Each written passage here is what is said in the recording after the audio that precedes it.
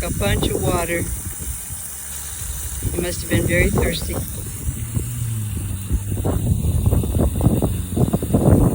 It's cute. So this is my new garden box. I like going out here every day or every other day to give it a little water. Hopefully get my plants to grow. Got several different things in here, but mostly green things like kale, and I've got collard greens. I'm hoping they'll grow nice and big. And then I have some tomato plants that probably won't live very long, because once these particular types of tomatoes bloom, they're pretty much done for the year. They're called determinate tomatoes.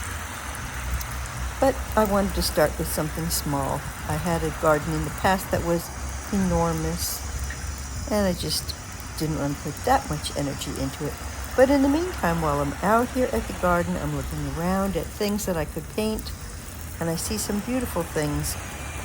There's some trees that I thought were very pretty, and I thought I would paint those, and they're right in front of the garden.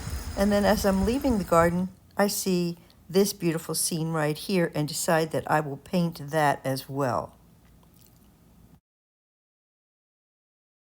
So I'm scratching in this little scene here, and of course I'm editing it and deciding what I want in it and what I don't. You can't really tell from this, especially since it's so light, but my path is coming through the painting, and it's going all the way back. You've got the trees on the left-hand side here towering way up above, and the ones on the right-hand side are a little shorter. So I wish you could see it better, but I will outline it with some watercolor as long as this truck doesn't ask me to move, which he may. We'll see. So I've just put a little bit of the sky in.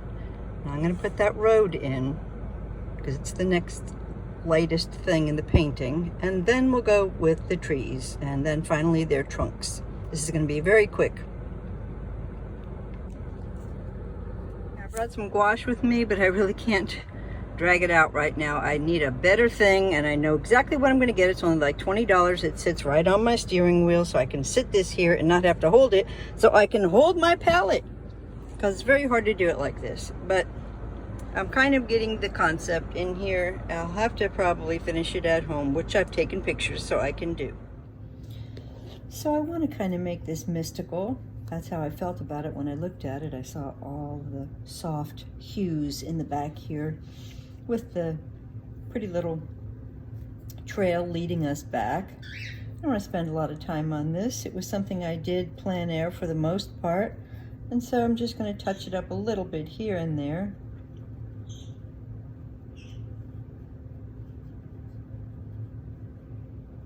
With a few colors that I think might enhance it a tiny bit.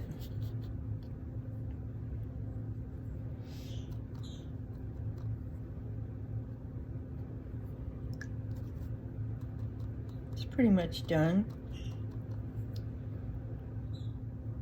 There were some pretty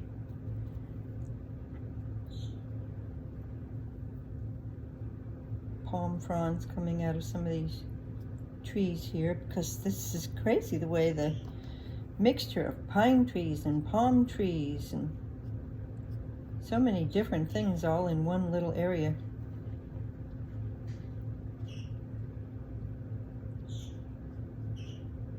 It's just another little example of,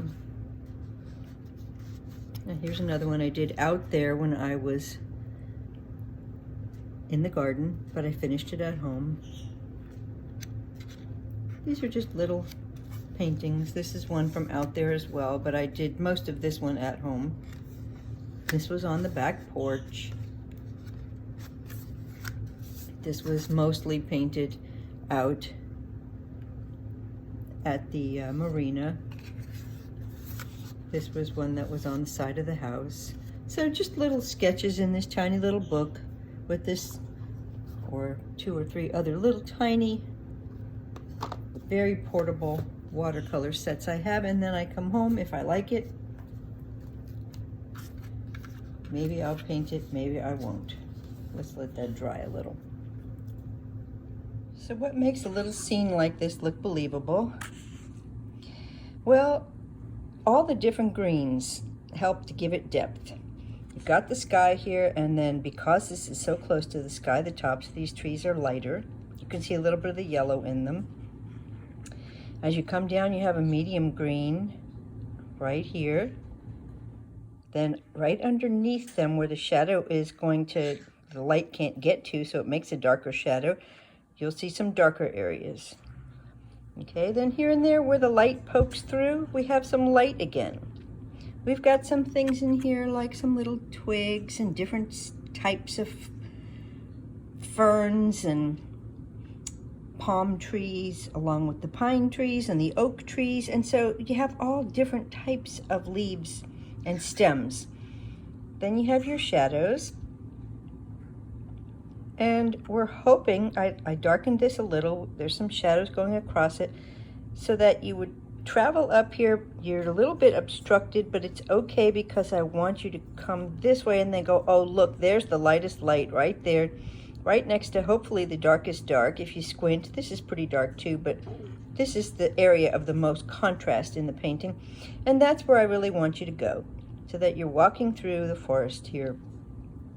It's just a tiny little painting.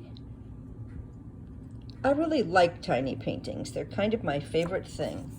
I do lots of them. I have little itsy bitsy things that I do. This are some flowers my husband gave me once, and that's our little china cabinet behind there. There's my birds. Pictures I did out painting, a quickie painting out off McMullen Booth Road. This is the pond behind my house with some of the little ducks there and how beautiful the reflection was in the water. A small little painting with some items that are in my house. This was a little still life. I have this vase, I have this little bowl here on the left on the bottom, and then there's a tiny little rock that my father used as a wary stone between his fingers when he wanted to relax and think. And on top of that is a tiny little frog that was made out of sterling. That was my mother's. And then I put some flowers inside the vase. But again, just little paintings.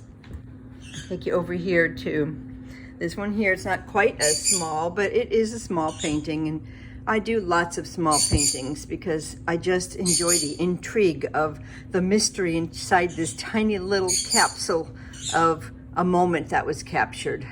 This was somewhere over where my first garden was, behind there in a place called Mainlands. They had some water there and the reflections on the sidewalk going back here. I loved that.